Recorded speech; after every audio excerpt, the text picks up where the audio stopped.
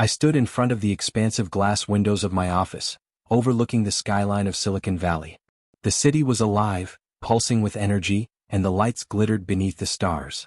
I couldn't help but feel a rush of pride. Innovatech, my startup, was thriving. I had built it from the ground up, and now it was one of the fastest-growing tech companies in the valley. Investors were pouring in, the media loved us, and everything seemed to be falling into place. But beneath all of this success, there was something that gnawed at me. A feeling of unease that I couldn't shake, no matter how many board meetings I led or new product launches I oversaw. Amanda, my wife, my partner, my confidant, had been acting different lately. It was subtle at first, just a shift in her demeanor. Small things. The way she avoided eye contact during our dinners. The way she seemed more distant in the office, as if her mind was somewhere else, even when we were in the middle of a meeting. We had built Innovatech together. She was the director of marketing, and her ideas had been a cornerstone of our success. She had always been by my side, both professionally and personally. I trusted her completely. But lately something felt off. I had always prided myself on being able to read people, to understand when something wasn't quite right. But with Amanda, I had blinders on. I didn't want to believe that there could be anything wrong between us. After all, we had been together for nearly a decade, through thick and thin, supporting each other's dreams. But that night everything changed. I had just finished a late-night meeting with a group of investors when I sat down at my desk, exhausted. My fingers hovered over the keyboard as I opened my inbox. There was an email from Jason, one of our largest investors. I clicked on it without thinking, knowing it was just another update on the company's financials. But as I opened the email, my eyes froze. It wasn't about the company. It was about Amanda. The email thread was a conversation between Jason and Amanda. The words on the screen were nothing short of a gut punch. I leaned in closer, reading through the messages. They were discussing their affair. The affair. My mind raced as I scrolled through the emails, my chest tightening with every word. They were speaking about meetings, plans, and moments they had shared together in secret. I could barely process the words, my brain refusing to accept what I was seeing. I clicked the email back and forth, each time hoping I had misread it. But it was there, in plain text. Amanda and Jason, my wife and one of the men I trusted most, had been having an affair for months. My world, built on trust and hard work, began to crumble in front of my eyes. The betrayal was more than I could comprehend. I had put everything into this company, into our marriage, and it all felt like a lie. Amanda, the woman I loved, had been living a double life. And Jason, someone I thought was loyal to our vision, was in on it too. I slammed my fist against the desk, anger bubbling up from somewhere deep inside. How could she? How could they? And why didn't I see it? It felt like a punch to the gut, but worse, because it wasn't just a personal betrayal. It was a betrayal that could destroy Innovatech. I took a deep breath, trying to calm myself. My hand hovered over the mouse as I stared at the email. My instincts told me to pick up the phone and confront Amanda right away. But then something in me shifted. I wasn't ready to confront her yet. I needed more. I needed to understand everything. I needed to know how deep this went. A thought crossed my mind, one that made my stomach turn. Jason. I had trusted him, relied on him. He had invested millions into Innovatech. His influence on the company was vast. If he was involved in this betrayal, it wasn't just a personal issue anymore. It was a threat to everything I had worked for. My hand clenched into a fist, the anger boiling inside me. I couldn't just let this slide. No, I would not be made a fool of. I didn't know what to do yet, but I knew one thing for sure. I wasn't going to let them get away with this. This wasn't just about love or trust. This was about power, about control. And I would take back both, no matter what it took. I leaned back in my chair, my mind racing with thoughts of revenge. It wasn't going to be a hasty decision. No, I would take my time. I would build my case, make them pay for their betrayal. And by the time I was done, they would regret ever crossing me. The email had been my first clue, but I knew it wasn't enough. I needed to dig deeper, find more evidence. And I knew just the person to help me do it. I picked up my phone and dialed a number I hadn't called in years. The person on the other end would be able to help me get to the truth. The game had changed. And I wasn't about to lose. The next morning, I woke up early, the weight of the previous night's discovery still heavy on my chest. The light filtering through the blinds did little to calm my racing thoughts. I had to think clearly now. I couldn't afford to make any rash decisions, especially with the amount of power at stake. The betrayal wasn't just personal, it threatened everything I had worked for with Innovatech. I knew the next steps were crucial, and I wasn't going to rely on gut feelings or vague suspicions. I needed hard evidence. The person I called wasn't just anyone. Ethan, a former colleague, had once been a trusted member of the Innovatech team, but he had left the company under mysterious circumstances a few years ago. He was a private investigator now, working for clients who needed someone with his particular set of skills. I knew Ethan would know how to dig into people's lives without leaving a trace. He had always been resourceful, and I had no doubt he could uncover the information I needed. I spent the morning pacing my office, thinking through the conversation I would have with him. Ethan had always been methodical, always a step ahead, and I trusted him more than anyone else in my circle. I wasn't proud of needing to rely on someone like him, but I knew there was no other way. When the phone finally rang, I was already bracing myself. Michael, Ethan's voice was as calm as ever, though I could hear the faint hum of a busy street in the background. What's going on? Long time no talk. Ethan, I began, my voice more controlled than I felt. I need your help. Something's happened. It's personal, and I need to know everything about someone. Sounds serious, he said, his voice shifting slightly. He was already intrigued. Who are we talking about? Amanda, I said before pausing. I could feel the words sticking in my throat. And Jason, the investor. There was a brief silence on the other end of the line. I could practically hear Ethan processing the information. I didn't have to explain further. Ethan knew exactly who Amanda and Jason were in the context of Innovatech. They were both crucial players in the company's success. You've got my attention, he said, his voice now fully engaged.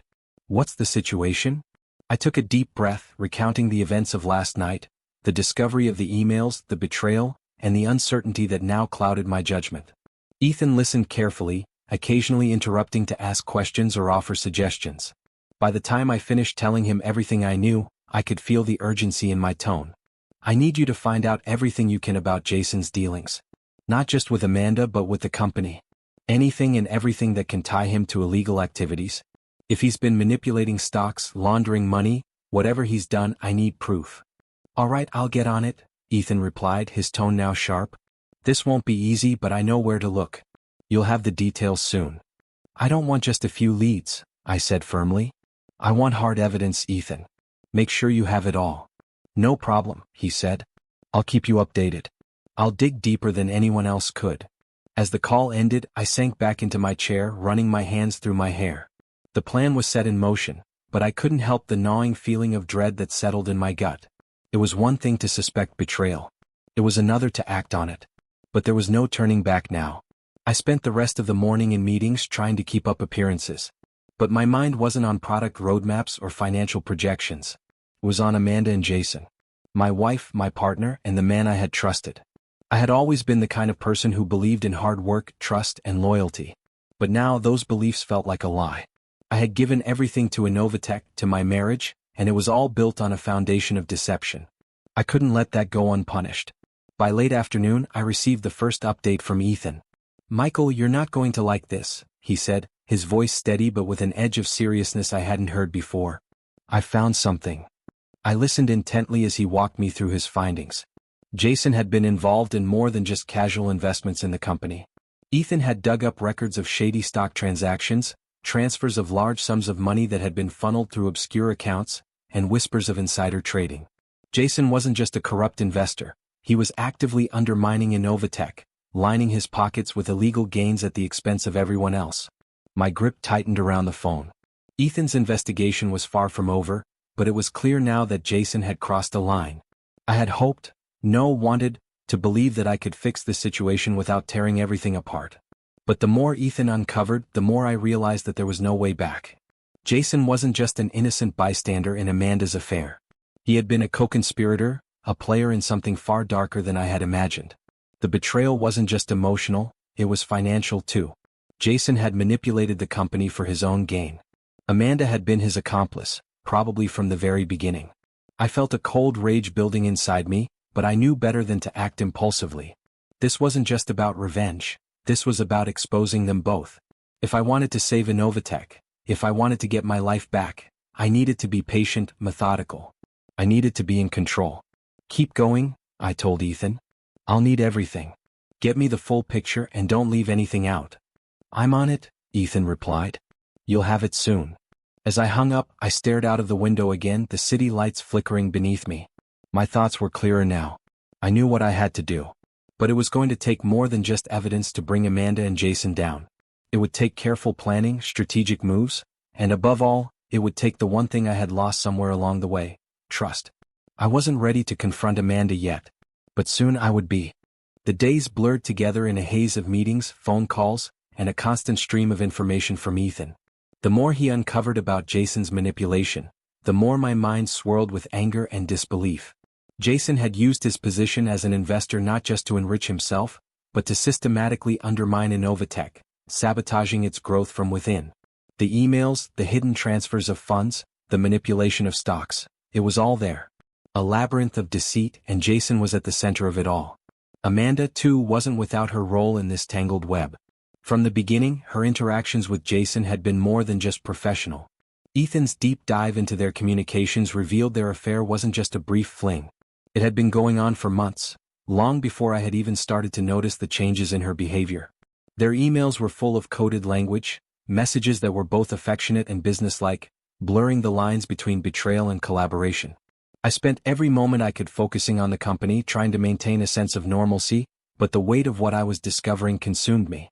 Every email, every piece of evidence from Ethan felt like another brick in the wall that was slowly closing in around me. But I knew the most dangerous part was yet to come: the confrontation.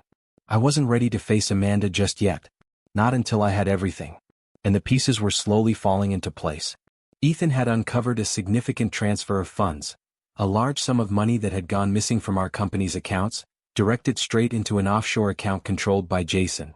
It was enough to ruin him financially, but it was also the smoking gun that could bring the entire scheme to light.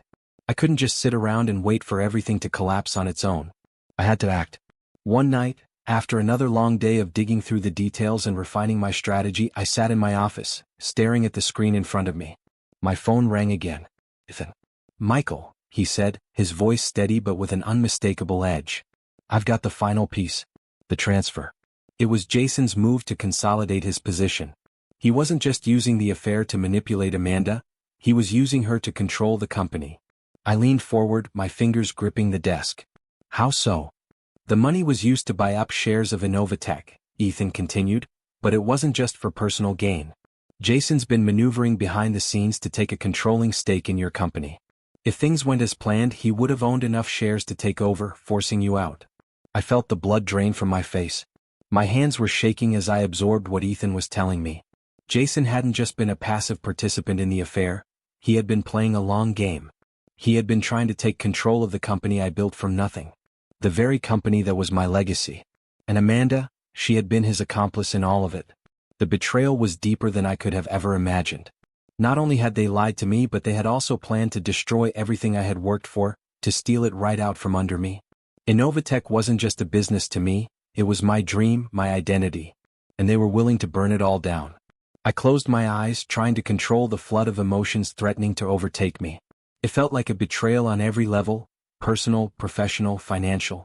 It wasn't just about my marriage anymore. It wasn't just about the affair. It was about survival. About protecting everything I had built, and about getting justice for the underhanded ways they had tried to tear it all down. I wasn't going to let them win. I stood up abruptly, the adrenaline coursing through me. I had to act fast. I couldn't wait for everything to fall apart on its own. My mind was made up. I would confront them both, but I wouldn't do it recklessly. I would make them pay for their actions, not just in private but in front of the world. I took a deep breath and picked up my phone once again. Ethan's voice came through immediately.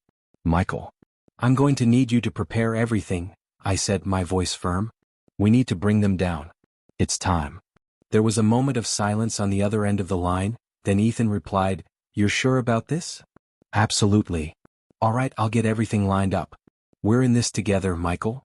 I hung up, my mind already racing with plans. There was no turning back now.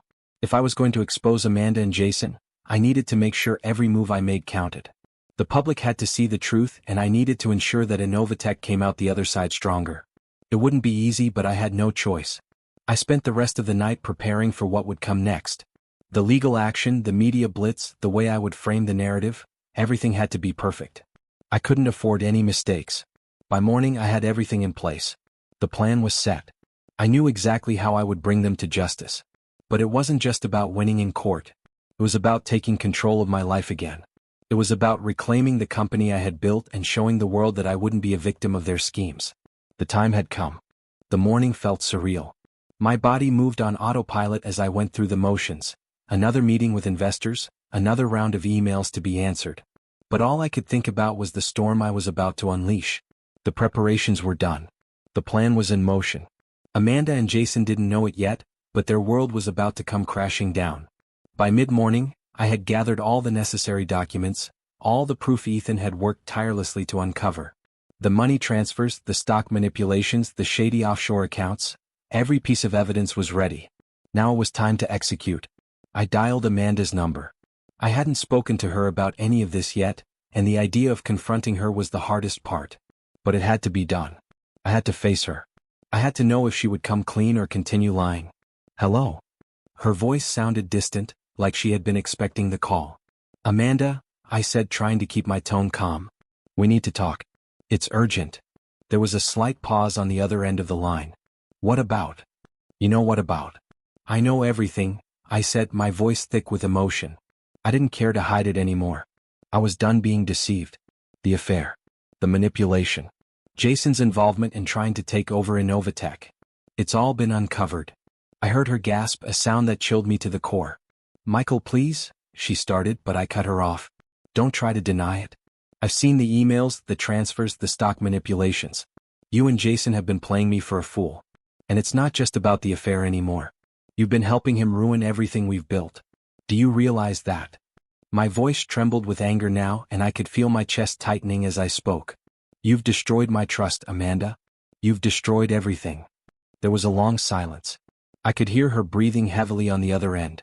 I never meant for it to get this far, she said finally, her voice small, regretful. But the damage had been done. Then why didn't you tell me? I snapped. Why didn't you tell me the truth from the beginning? I was scared, she said, her voice breaking. Jason, he promised me that if I helped him we could both be in control. We could save the company. It wasn't about you, Michael. It was about survival. We were being pushed out by the board, by the competition. Jason made it seem like this was the only way. I felt a sickening twist in my stomach. She had been so blinded by ambition and fear that she didn't realize she was destroying everything, including us. This wasn't survival, Amanda. This was treachery. And now we're going to pay for it. I didn't know what else to do, she whispered. I was trying to protect you. To protect us. The irony of her words hit me like a punch to the gut. Protect me? By betraying me? By plotting to take control of the company I built. I took a deep breath, my anger giving way to a cold, calculating resolve. This ends today, Amanda. I'm taking everything to the authorities. Jason too. The whole damn thing is going to fall apart. No, she pleaded, her voice desperate. Michael, please. Don't do this. I love you. We can fix this together. But I had no illusions left. The woman I thought I knew, the woman I had trusted more than anyone, had been working against me the whole time. The love we had was just a mask. It wasn't real. I'm done, I said, my voice final. This is over. I hung up the phone, feeling a strange weight lift off my shoulders. It was done. The confrontation was over. The truth had been exposed, and now it was time to take action. Minutes later, I sat in my office, dialing another number. Ethan's voice crackled through the phone. It's done, I said, my voice steady. Are you sure about this? He asked, his tone still measured but with a hint of concern. I'm sure, I replied. Get everything ready. It's time to take them down. Ethan had already been working behind the scenes, getting in touch with the right people. Lawyers, investigators, and even the media. By the time Amanda and Jason realized what was happening, it would be too late. The truth would come to light and nothing would be able to stop it. I spent the next few hours preparing a statement for the board of directors and investors. It was a calculated move, revealed just enough to start the process without showing all my cards. I wanted to make sure everyone knew that this wasn't just a personal betrayal, it was a threat to the company. I needed their support, their confidence in me to regain control. By the time the evening news hit, the story was already breaking. News outlets were covering the scandal, and Innovatech was at the center of the storm. The affair, the financial crimes, the stock manipulation, it was all laid out for the public to see. And with it, the trust in Amanda and Jason evaporated almost overnight. The legal proceedings began soon after. Jason's involvement in insider trading and embezzling funds was undeniable. Amanda, though she claimed to have acted out of fear, faced her own charges of aiding and abetting the scheme. The fallout was massive. Amanda and Jason were publicly humiliated. Their reputations were destroyed, their careers ruined. But that wasn't the worst of it. The damage to Innovatech, once the darling of Silicon Valley, was significant. The media frenzy, the loss of investor trust, it all took its toll. But I wasn't done. The fight wasn't just about punishing Amanda and Jason. It was about rebuilding, reclaiming what was mine. And I was determined to restore Innovatech to its former glory. As the sun set that evening, I stood by the window once more, looking out at the city. The battle had only just begun, but I knew one thing for sure: I would not be the one who lost. The aftermath of the scandal hit harder than I had anticipated. The whirlwind of media coverage, courtroom dramas, and shareholder meetings left little room for peace. By the time Amanda and Jason had been publicly charged, the damage to Innovatech had already been done.